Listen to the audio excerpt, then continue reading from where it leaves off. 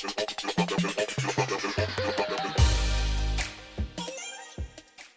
welcome back to my channel. My name is Zanele. If you haven't subscribed to the channel, what are you waiting for? So I am graced with Ayanda's presence today. Ayanda Mbatha is so inspirational. You guys may have seen him on LinkedIn, you see him on social media, you may have seen him in certain forums where he's presented and he's present, and he's really sowing the seed back into society and for up and coming leaders. Okay, so let's change gears a bit, right? Because I know that you're a candidate for your PrEng or PrEng Tech. Tell us a bit more, because everyone gets a bit of confusion when they need to decide: do I go via GCC? Do I go via PrEng? Do I do both? Which one is better? So why did you choose the PrEng? So for me to actually choose, I'm actually now a candidate PrEng Tech, candidate technologist. So I'm going to be taking that route for PrEng Tech. I also I still have those aspirations to actually do GCC one day. Okay. But I got to a point of saying that I cannot do my GCC now, because GCC for me, it's important to do it when you are influenced in the industry, when you're in the manufacturing sector. Currently, I'm not in the manufacturing sector.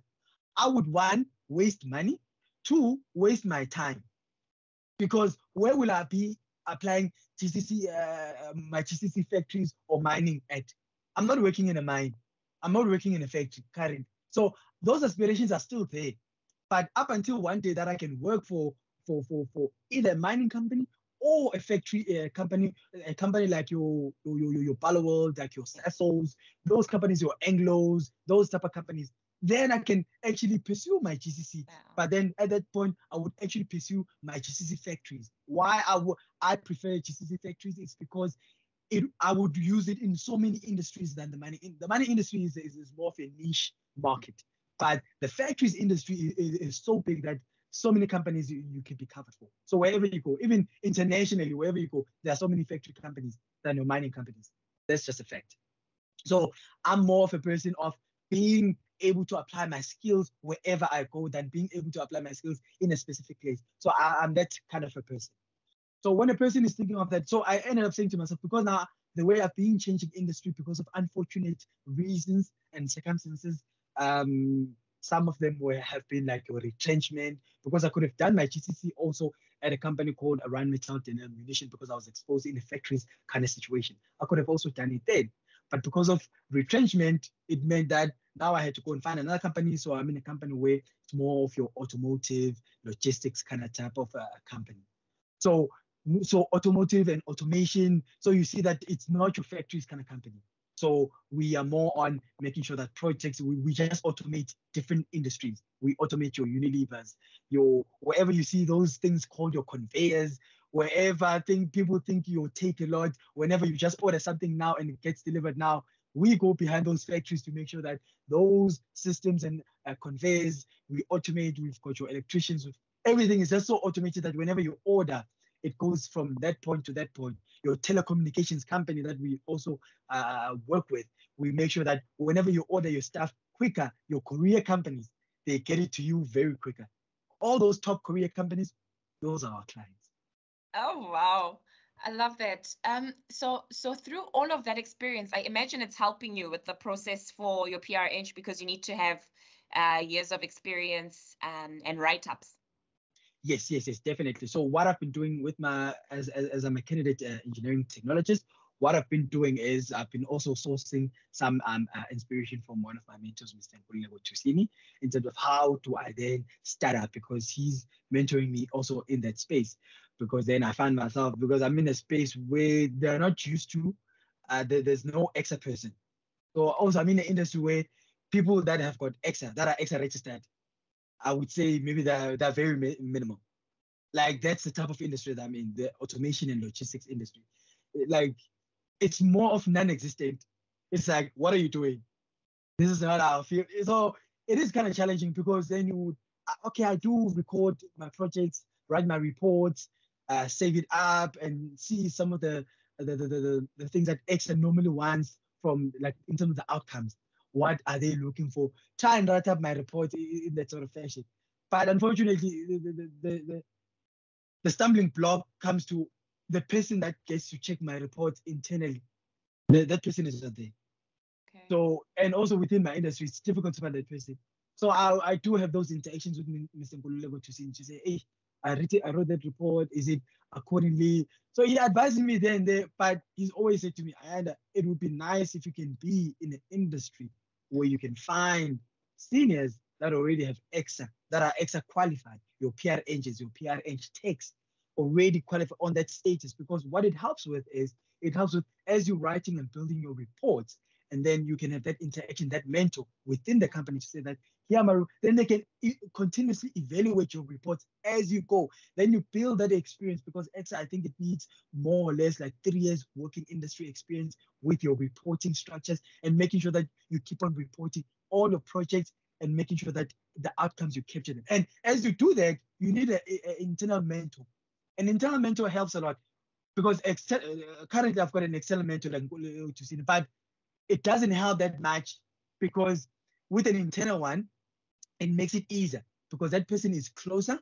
They get to understand the system processes that you are actually taking. Yes, there's going to be those extra processes that you have to take, but in terms of those projects, as you're going, how you're recording your notes, how you're recording your reports, they get to check them, they get to sign them off. So for all the reports and all the projects as it goes on for that 3 years, that internal extra person that is qualified needs to keep on signing them and making sure that you are still on track and that you're still applying all the extra standards that have been set up for being a PrEng Tech. I love that. So there's some important takeaways from what you've said. So number one, being in the right industry is important. Number two, document your projects and the work that you're doing. That's critical. Having the right mentor. And from your perspective, we don't have enough mentors in the industry. So having the right mentors in the industry will be beneficial for up and coming engineers or PrEng techs. And I think that's so important because I guess now this is us. So guys like yourself, who's gone through the process, it's been a struggle, you're going to get your PrEng Tech, you then become a mentor for someone else who's wanting to follow the same route. So I do agree that it's something we need to promote more so we've got stronger manufacturing, mining, engineering fields and sectors. Okay, so yeah, carry on. You wanted to say something? Yes, because what I've seen is in industries such as your manufacturing, and your like your steel industries, those kind of industries, there's more PrEng and more PR Tech eng. Where I'm crying a lot is my space, automation industry. It's like even I go to LinkedIn, like people that are head engineers in the automation space, they don't have PrEng, they don't have PR Tech eng, like they don't subscribe to ECSA. So you come with this book and Bible and corporation, you think like extra person or you think like a professional because even how I do my work, like the way I do my work, I'm always, even when I discuss with colleagues, if I even discuss any problem, I'm like, this wouldn't be according to extra standards because then if you take a look at how we do this in a manufacturing process or in a quality process, because I'm also an inspector within my job, I also do inspections, like quality inspections for some of our suppliers. So I go there. So I ask them always for all these documentations before I even inspect something. Do you have this kind of document? Are you following? Do you guys even wear PPE when you even conduct or do your jobs? Do you have even the right instruments to even inspect this? Do you have the right drawings? These were the drawings that were sent from our side to your side. Are they stamped approved? Did your draftsman follow certain pointers on your drawing? So I also check drawings because already, in terms of design, I've had so much experience in designing. So already I know what to check because I know once I become a PrEng Tech, I'll be able to sign off drawings in that aspect where I would be in the industry where I can sign off drawings. Then it will come to me to sign off. For now, they do come to me for me to sign off because I've got that wealth of experience and knowledge. But knowingly, I still tell them that I still need to become a PrEng Tech because the advantages for me to be there would be this. But even if they don't, in my industry, they don't see that. They don't see that as an importance. It's like, you've had this experience, you know what you. But we need to change that. We need to elevate the importance of being certified and being deemed a competent engineer and having the right insights, the right tools, the right. You mentioned how you follow the processes or some of the tips that ECSA governs, because our responsibility is essentially to improving society as engineers, solving problems, but ultimately also for safety reasons, it's important. Yes, because you are following, you're making sure that, hey, let's do it safe. My ex, this wouldn't be safe. They want to do that. In my industry, they do things that I'm like, yo, for me to become an ECSA engineer, ECSA certified professional engineering technologist, this wouldn't be the process that I would have to follow. So sometimes it's also just aligning yourself, knowing how to align yourself, and then applying that as much as you can in your industry. Sometimes they think, no, it's a slow process. No, if you do this, it's going to take long. They want to cut corners. And I'm like, cutting corners? Yo, that's why whenever I inspect things when I go to manufacturing sites, I'm very hard on them. Yeah. And because they do understand, because when I go to those manufacturing spaces, if they're manufacturing stuff for us, I'm very hard on them because I'm like, you have to follow these quality processes. Yeah. You can't skip them. You can't jump them. I've been here. I was working in Balawold equipment, so I understand what it takes. So if they don't have those documentation and certifications and those things in hand, as an engineer, you can't finish a job. Even if you've designed something or you've manufactured, you can't finish it without paperwork. No paperwork, the job is never finished. That's what I learned. Documentation. So how long does the whole process take to either become a candidate and actually complete being a PrEng Tech? So for you to become a candidate, once you get to become a candidate engineering technologist, once you get your BTech degree, which now has been changed to an advanced diploma in Technicons. So if I say Technicons, it's University of Technologies. Yes. For people, because I'm still holding that old mindset and the new mindset.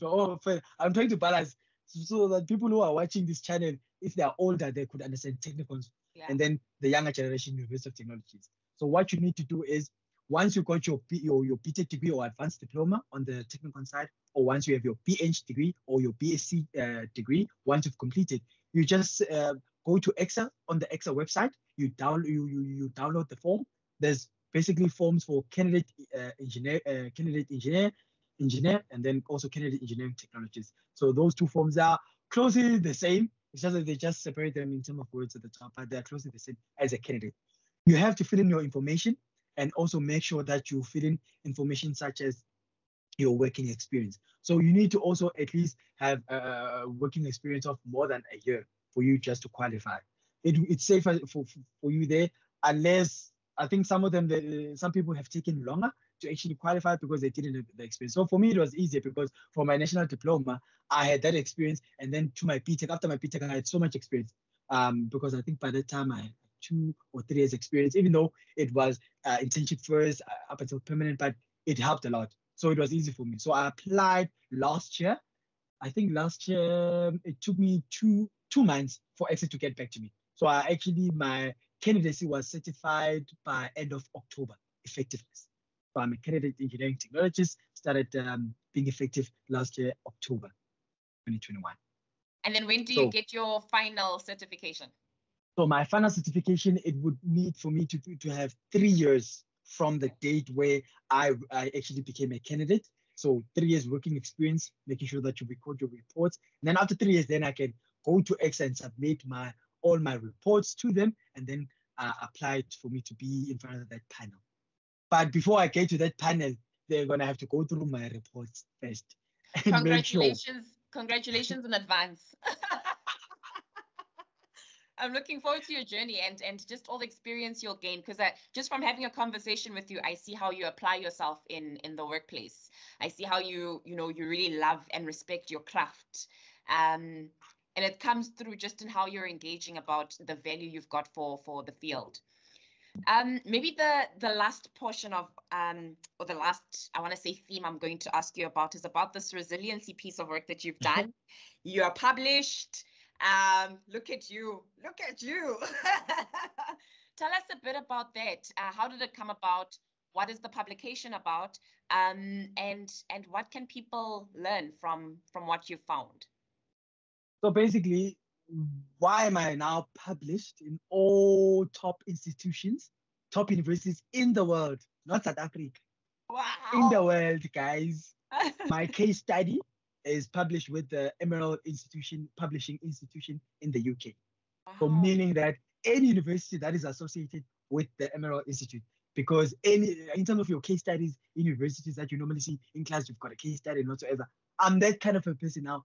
If you read about someone, a case study about someone who did something in 1920, one day they'll be saying, hey, there's someone who did something in 2020. Wow. Ayanda Mbatha did this. So I'm in those spaces, Wow. in libraries. How it came about is by a professor called Dr. Frank Makwekwe. So what had happened is through my journey, 2020, I got retrenched in May. And then when I got retrenched at a company called Ryan Metal Ammunition, before I got retrenched in May, they had told us 2 months in advance to say that they're going to this process of Section 189, which I always thought Section 189 was basically for older people, not for youngsters. But it was a misconception. I wasn't ready. Yeah. So retrenchment comes, they say, your name is going to be part of it because we are applying a rule of last come, first come, last come First in, out. and then first out. What's it like for last in, first out? Yes, last in, first out. So unfortunately, in my department, I was the last person to come in 2017 to be permanent. And then that's when I was basically the first person to be out. So they needed to take out one person. So I was unfortunately that person. And I had to stomach it. And the process that I took from then, I utilized what we call LinkedIn. LinkedIn is very powerful, guys. I hope whoever is there, lady, guy, please, LinkedIn is a very powerful thing, powerful source of communication, getting a job, networking. I'm not just saying getting a job, also networking. Because networking influence, because that's where you also network with people that are in higher positions, where you can also learn from them. You get mentors. I've got mentors. I've got mentors for different things. I've got 3 career mentors and I've got 1 life mentor through LinkedIn. Wow. So let's just please remind them for LinkedIn. So okay, guys, pay attention. LinkedIn is important. Yes, we're on Twitter, Facebook, Instagram, but also LinkedIn. Very important. So as time went on, then I took a process of saying that, okay, now I need to find a job. Let me go to LinkedIn. It was locked down back in 2020, like level 5. So we're all working from home and stuff. So I was still in my flat in Northwest Potchefstroom. I'm like, yeah. So I would wake up every day, dress up as you can see, tie, suit and tie, everything. Sit on my laptop, start recording videos. Do videos 1 minute, 30 seconds, 1 minute, 30 seconds. Tell them who I am, what qualifications I have, and also my aspirations that I wanted to become a PrEng Tech and also do my GCC. I would like to be in that company so they can fulfill these aspirations that I have. And also become a top CEO because yes, I'm front and center. Bella, that goal ultimately become a CEO. I'm that type of person. I have my goals and I spread them out so that you as a person, a manager or CEO, you would know what this guy's aspirations are. Not just I'm just looking for a job. No. I wanted to come prepared so that whenever they would see my videos in their DMs, because every day I would target, go to LinkedIn, search this person, go through their profiles, understudy them and say, this is a position that they have. If they're senior managers, if they're HR managers, if they're CEOs of different engineering companies, then connect with them. Once they've accepted it, go to their DMs, prepare my video, 1 minute, 30 seconds. Why 1 minute, 30 seconds? The importance of that is that, like you said, people tend to have a short concentration lifespan, meaning that when they see a video, if it's 3 minutes, 5 minutes, 10 minutes, I lose focus. I watch the first minute, I'm gone. Or I even check the time, even on LinkedIn, you can see the time below. If anything is like anything more than 5 minutes, I'm not gonna watch it. It's just how people are. So I understood how that algorithm works, and also I understood the algorithm of LinkedIn, how LinkedIn actually works in terms of how do you actually get up on people's feeds. So I ended up having to anticipate and understand how the algorithm works. So I was DMing for the first part of it. First 3 months, I was DMing people, sending to your direct, which is basic direct messaging, sending to your direct inbox. So you have the video, you have the caption. So the caption has to be small. Good day, Mr. or Miss. So I had to make sure that I say the right Mr. or I'm saying the right Miss.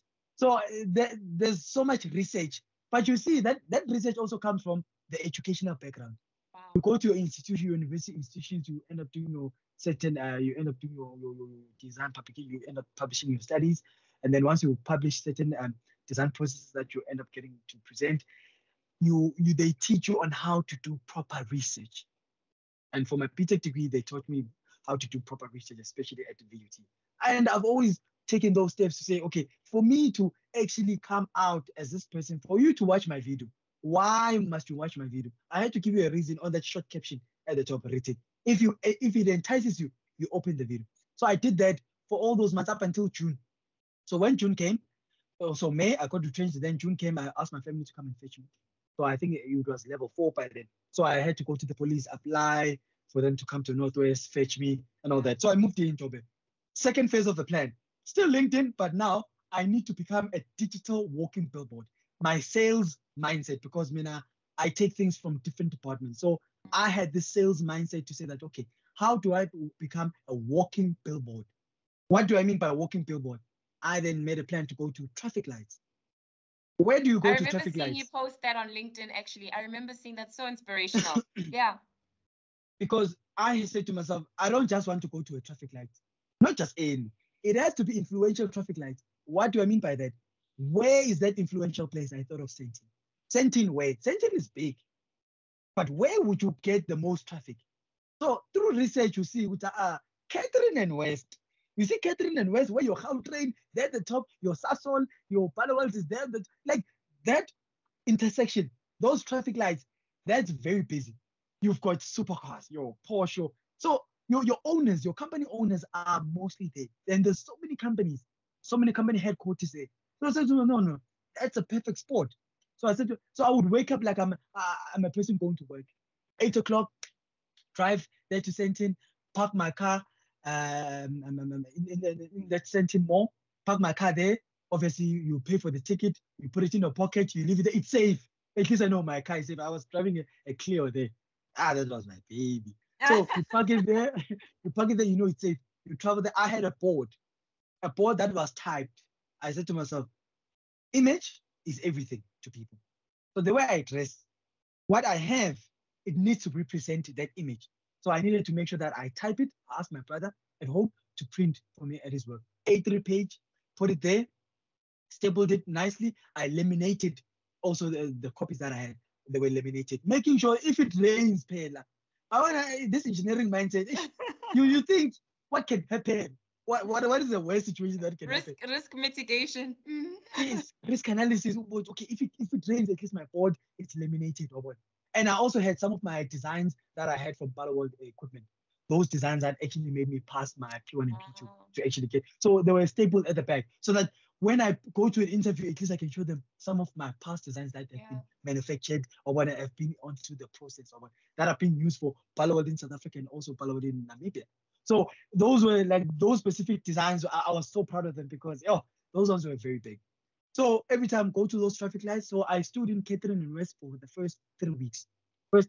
Catherine and West to capture the attention of people. How do you capture the attention? You stand when the robot is red. You go in between. You just walk politely with a smile on your face all the time. Smile even if they swear at you. Smile even if they say bad things to you. You don't care. Focus on your goal. What are you there for? I mean, I knew what I was there for. To get a job and be noticed by my next potential employer. That's it. What someone says on a text, what someone says, I don't care. I never cared. I'm that type of person. Even naturally, I don't care what other people say. If they say negative things, I focus on the positive. So, and also I had 20 CVs every day that if they ask for a CV, because I would say, I have my CV. Oh, yeah. Then if they say, please a CV, I give them. They go to the places, they will contact me as time goes on. So for me, it was, I get a lead somewhere, every day I get leads. If someone takes my CV or take a picture, and I say to myself, I'm not going to take pictures of myself with this board and stuff. I want people to drive the conversation because I knew I had that influence, that bit of influence on social media, but I want people to actually drive the conversation because if people drive the conversation, trust me, it becomes bigger. It trends. And that's why on Twitter, men's not very raw. He ended up retweeting it because when he tweeted it there, it blew up. And most people on Twitter, Facebook, and then LinkedIn. Because on LinkedIn, what I was doing is after closer to the end of the day, I would take off my board and do my videos, my video interviews. Talk about my experience, a portion of my experience. I was taking people on a journey. As I'm looking for my job on the streets of Sentin, I'm taking people on a journey to say, when I did this experience, this is what the work that I did. These were some of my responsibilities. Just to take them through 1 minute, 30 seconds to at least 2 minutes, just to take them through. So every day there was that video. Every time I went up, So 3 weeks, Catherine and West. After that, securities chased me away. Then I moved to a place called close to Renberg, close to your ETV studios. Smart also. You get chased from there, you go to a place, another influential place, close to ETV studios. You know, people that are passing there, and it's Renberg. It's like basically next to Sentin. People that are still passing the influential. Park my car at the mall, did the same thing for a week. I was blowing up, getting calls left, right, and center.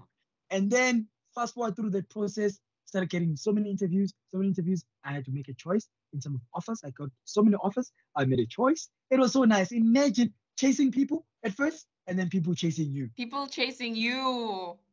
Yep. Oh, wow. And then as time went on, then last year, Dr. Frank Makwekwe ended up seeing so many things about me that were written. I went to Jacaranda FM in 2020, all those things. I was blowing up, News 24, you name it, a report, you name it. Like even Bloomberg International. I have an article there. Bloomberg International. People from UAE ended up sending me messages to say, "Yo, and I understand why, because it's it's inspirational. It is relevant because we're struggling so much, not only in the education sector, but with employment. And you didn't sit back. You went out there as though you are at work looking for work. Yes. Mindset. Change your mindset. Because if you don't change your mindset, if my mindset was negative, retrenchment. I mean, I never felt retrenched. I don't know how retrenchment feels like. I'm not lying, because I want people to get that. Why I say that, it's because I never put myself there. For me, I was like still working, because waking up, like people wake up every day and going to look for a job. For me, looking for a job was I was working 8 to 3 o'clock to 4 o'clock, then I leave. So that's like a schedule of a person that is working. So when I come back from home, or when I'm so tired, everything, mindset. So it made sure that I was ready for any opportunity that would come. Interviews, I would be ready. If they say, come to this place for an interview, take my car, drive there. You are quick, you are ready. I don't need to go and change my outfit. I'm always ready. I've got different outfits every day because I'm ready. It's like I'm going to work. So any interview, I'm ready. So as that time went on, then Dr. Frank Makwekwe noticed from the Gordon Institute of Business School. He's a senior lecturer there on the financial side of things. So he noticed me and he came with another doctor, Dr. Michelle Reuters, to our offices in Mitchell Kalam. They came last year and then they say, no, they're looking for Ayanda. So they call me, hi, I'm Dr. Frank Makwekwe, and this is my partner, Dr. Michelle Reuters, because Dr. Michelle Reuters was just accompanying Dr. Frank Makwekwe just to assist him during this interview. So Dr. Frank Makwekwe was heading everything out, so she was also assisting. And also she was asking certain questions, but they were so amazed. They were amazed with the science behind of how I did things. They want a resilience, because he's a resilience author, he's a resilience author himself. So when they saw something bigger, honestly, for me, I never even knew what resilience was. I knew then when they came and then did the publish. And then by the end of last year, 7th of December, my case study was published. Wow. Because when he said it initially, I was like, okay. I never took it like it was going to be that big. So when it was published, I was like, even one day when I have kids, when I'm married one day, I have kids, my kids, I've got a lasting legacy that I can leave them. Or to any institution in South Africa, you find it. And you know the power of a case study. It's actually this is where you get certain lessons learned. It's a real life event. There are lessons and takeaways from it, and you can apply it. And the thing is, this is what we need more and more of, people like you to put themselves out there so others can learn. And we close the gap that we're seeing within our society. Yes, a lot. Hence, for me, yes, I was blowing up, all this fame and whatsoever. What I did to give back, because sometimes I've always said to myself, I don't have to be rich to give back to society. So I thought of it. Then I created a competition called the hashtag video interview competition. The hashtag video interview competition, I created it when I got my job in September 2020. Why? I wanted people to do what I was doing, but not go to the traffic lights, but do it in a space of being virtual. Because now I wanted to put people in front of, let's say, for instance, you're a hiring manager. Yeah. Hiring manager, you are interviewing me now. I'm at home. Already you're interviewing me now, but you sing in the space, you are seeing my video first. I'm talking to you, I'm saying, this is my name, this is what I have, qualifications that I have, experience that I have, and also this is what I can bring to your recruitment, to your company as a whole. You look at my video, and then already you're like, HR, get me this person. Wow, I'm impressed by this person. Yeah. Already you set up, you say this person for this day. Once you interview me on Teams, already you liked what you saw in the video. When you interview me, you see some of those same skill set that I was showcasing on my video. Already you fast forward the process. So I wanted people to jump the process of online process, taking 1,000 people that apply for a position. I want you to jump straight to the manager's office. Let them see you. And also why I did it initially, it was also for the females out there. We've got a GPV problem as men in South Africa. We are monsters. Some of the things that we do, I don't want to even repeat them. So for me to help with that, for females not to go to traffic lights because it's dangerous. I mean, I'm a guy, I can go to traffic lights, have my board and all that. So I wanted for them to be in a safe space. Yeah. I'm in my place now. In my place, I can take a video. So I wanted them to say, ladies, in your safe space, take a video of yourself. Be safe, take a video of yourself so that when you go out there, you already have an interview, a specific interview. You already have a specific hiring manager looking for you because they're impressed with your video, how you present yourself. And I will tell people, dress up, even if you're at home, dress up like you're in an interview situation. Imagine like you got an interview situation. You are speaking to a hiring manager, for example, at Johnson & Johnson. You're speaking to Ms. Como. She's hiring, she's looking for someone, but she's impressed by you. Imagine she's with you in that room. How would you carry yourself? So be serious. Just be in that space. Once you imagine yourself being in that space, that's why people, ever since from part 1 in 2020, we are now going to be opening part 9. People have been getting jobs, being spotted. Some have been spotted by international companies where hiring managers from international companies say, South African branch, there's this person, here's their video, here's their name. Please interview that person. Yeah. I'm impressed. So they get impressed because now, imagine 1,000 applications for an online job. Do they see your face, your emotions, how you? No, they just see paper. The paper that is the same. A paper that 80% of you have got the same qualification. But also, what sets you apart? So I ended up also taking it from a video interview competition, but also having prizes. To say that when you win, as one of the winners, you get a free CV revamp. Why? People in South Africa don't know how to write a CV. Most people that I've seen, they don't know how to write a CV. Now I was part of those people. I didn't know how to write a proper CV. I thought I was writing a proper CV up until I went to people who were revamping CVs. That's what I also was doing when I was searching for my job back in 2020. I went to a person, I paid him money, he revamped my CV, he made it professional. And with him doing that, I saw that, oh, okay, my CV used to be like this. And when he changed it, because now, remember, those people who are talent acquisitioners, your HR people, they want to see what sets you apart. There's a language that they have when it comes to CVs. It's not just, even if you have all these top qualifications, but can you communicate all your qualifications and experience onto a piece of paper? In one page. If you can't, forget, you won't get the job. Unfortunately, it's how you sell yourself. So don't think I'm just an engineer, I'm just a scientist, because I think we have that mindset. I'm just technical, I would get a job. Sorry, it doesn't work that way. Never. You need to have those skills. That's why communication 101 classes, the ones that they taught in university, I'm telling you, there are a lot of them, but they don't understand. I learned so many of these skills there. How to write a proper email. Because some people in the working industry, as we speak now, people who are older, so much experience, they can't write a proper email. But if you write a proper email, even if you're a junior, when someone responds back to you, trust you me, they get excited. You see, they give you more information. Communication, how you communicate also through writing email, verbal and also written communication. It's very important. And thank you so much. You know what? I can see that I've eaten so much of your time, but I could listen to you for hours and hours. Just the level of passion that you exude, and light and positivity. Thank you for taking time to share your story and your journey. And I've taken a couple of things. Family is important. Collaboration in the workplace is important. It doesn't really matter where you go and get your qualification, but it's about how you apply yourself in the workplace and get exposed and be thrown in deep ends. When you get retrenched, it's not the end. How do you get up and work when you don't have work? And really this piece about resiliency and how you've demonstrated it. This is why you're a case study. How you've demonstrated resilience. I'm really inspired by your story. Any last advice? If there's one piece of advice you can give to a young engineer, young engineering technologist, just a young person who's trying to find their way in industry, what's that one piece of advice you give them?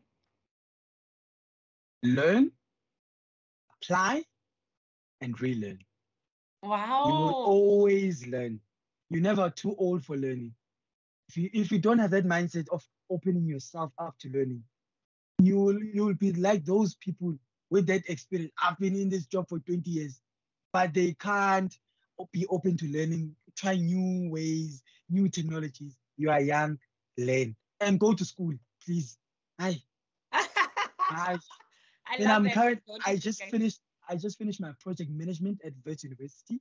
Yeah. I wrote my last exam on Monday. I know it's a PD. Because I wanted to. I've been on the practical side of project management, but I wanted to ensure that now on the theoretical side, let me go to university, my first institution I went to Wits, then apply myself. And I've been acing it. And it's nice because the lectures, they make it very fun, interactive. You get to understand what I used to do on a practical basis is what it means, what impacts, how to, because I was more on the practical side, analyzing risks. But actually, back then, I didn't understand how to take that on paper just to study from scratch. I just knew on spotting risk, doing this, but practically. But I wanted to go back. Theoretical wise, it makes sense now. I'm like, wow. I did this. Wow. But Thank you so much. I love that. So apply, learn. Guys, if you love this video, press that like button. Leave a comment below. What were some of your key takeouts from what Ayanda shared with us today?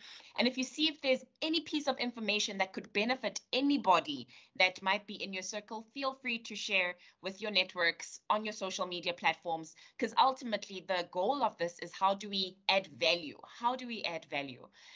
Thank you, Ayanda. Thanks so much for your time. What I love about your message to everyone, learn, apply, learn, is very similar to what we say at this channel, is live your best life, learn as you grow, and lead for change. Chop, chop. Thank you.